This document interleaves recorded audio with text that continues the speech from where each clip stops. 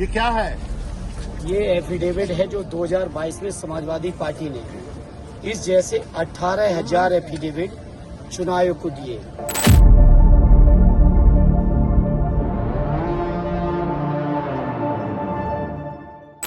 लेकिन 18,000 एफिडेविट देने के बाद भी अगर कार्रवाई नहीं हुई है तो कौन भरोसा करेगा इलेक्शन कमीशन पर?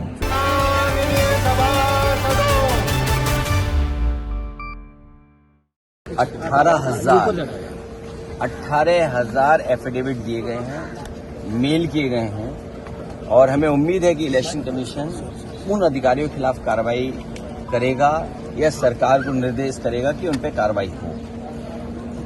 इलेक्शन कमीशन अभी कहता है कि टाइम फ्रेम के अंदर नहीं दिए जाते हैं जो भी आपत्तियां दी जाती है। जिस समय मुझे नोटिस मिला था, नोटिस के समय के अंदर अपने वर्कर्स से सहयोग लेकर के एक्सरसाइज कर करके उतने कम समय में हम 18,000 ही एफिडेविट बनवा सके।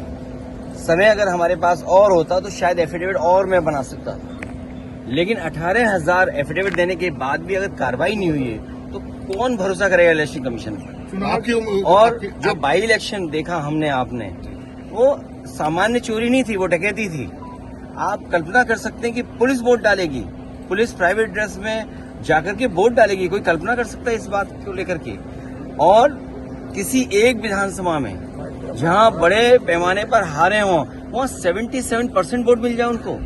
उम्मीद क्या करते हैं आप चुनाव आयोग से? चुनाव आयोग ने कल एक बड़ी प्रेस कॉन्फ्रेंस की। अगर चुनाव आयोग के निर्देश पर और उनकी कार्रवाई पर अगर एक भी डीएम सस्पेंड हो जाए तो कभी भी ना वोट चोरी होगी ना वोट डकैती होगी। आपने जो शिकायत की उस पर चुनाव आयोग ने कोई कार्रवाई की? अभी तक कोई कार्रवाई नहीं की, क्योंकि लगता तो ये है कि भारतीय जनता पार्टी के इशारे पे ईसीआई चलता है। सर, इम्पीचमेंट का फैसला सही है? विपक्ष के साथ है। अगर ये बात है तो बीएलओ का हटाना, शिकायत की गई कि एक ही जाति या इनके बीएलओ नहीं हो सकते हैं। जिलाधिकारी कौन पोस्ट होंगे, प्रिसाइडिंग ऑफिसर कौन पोस्ट होंगे? 17, 19, 22, 24, 17 में कितने ट्रांसफर हुए? 19 में, 22 में, 24 में। अगर एक भी अधिकारी शिकायत पर ट्रांसफर हुआ तो बता दो। 14 में, 17 में, और उससे पहले कितने अधिकारी ट्रांसफर होते थे यूपी में? जो बीजेपी जिस अधिकारी की शिकायत कर देती थी वो तो डॉक्यूमेंटेड होगा ना, लेटर डॉक्यूमेंटेड होगा, ट्रांसफर किस अधिकारी का होगा वो डॉक्यूमेंटेड होगा। तो आप देख लीजिए, 12 में कितने अधिकारी ट्रांसफर हुए, 14 में कितने हुए, 17 में कितने हुए, 19, 22, 24 विपक्ष शिकायत करता रहा, लेकिन इलेक्शन कमीशन ने एक भी अधिकारी का ट्रांसफर नहीं किया।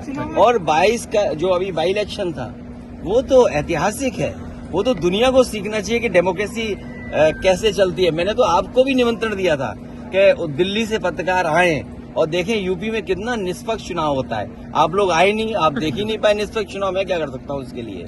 अगर आप आए होते तो शायद आपने निष्पक्ष चुनाव देखा होता। ये बात की बात है, अभी से झगड़ा करा दोगे तुम?